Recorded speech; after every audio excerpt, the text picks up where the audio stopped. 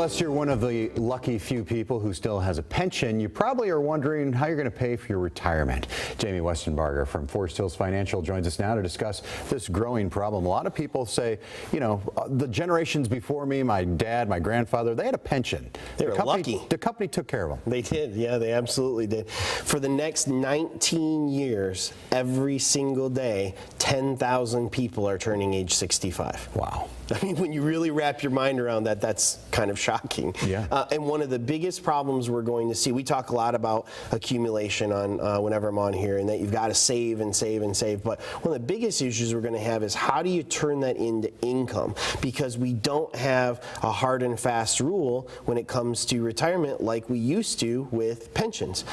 Even Social Security kind of sometimes is questionable what that's going to look like. So one of the biggest things we see is the need for income security in retirement. How do I know when I retire I'm going to get that paycheck every month and not be in the lurch someday and not have enough money? It's got to be continuous too. It can't be just a hit and get for a couple of years. It does, absolutely. And one of the largest things people really need to start doing is paying attention to the opportunities out there to set up their own type of guarantee of income. There are a lot of different strategies, a lot of different products that you can put in place that give them the ability to kind of structure their own monthly stream of income. So once you've kind of crossed the bridge of having that large asset base, now you need to figure out how to turn that into an income that is going to last you for sometimes 30 or 40 years. How big of a concern is taxes when you're talking about that lump, that income that you're going to be continuously drawing off of? Yeah, so one of the things we talk about all the time is not only asset allocation, but tax allocation,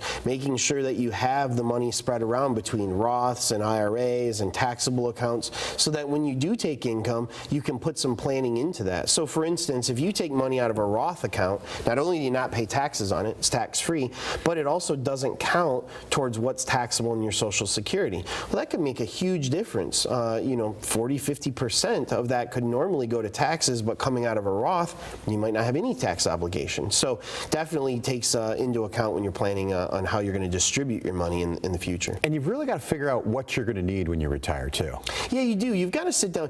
Budget's one of those horrible words. Nobody wants to budget, so spending plan sounds a little bit better, so we'll roll with that. So you have to have a spending plan. You can't have kind of a pipe dream idea of retirement. What is it really going to cost you? Do you want to spend 3 months in Florida? Research it. What's it going to cost you to live in Florida for 3 months? And be realistic about it. And be realistic, Are you going to live on a golf course? Well, look and see what that actually costs. Do you plan to work at all? Because if you don't, you need to account for that. Look at what your health insurance really is going to cost you. Because you don't want to live on a golf course and not be able to afford the membership.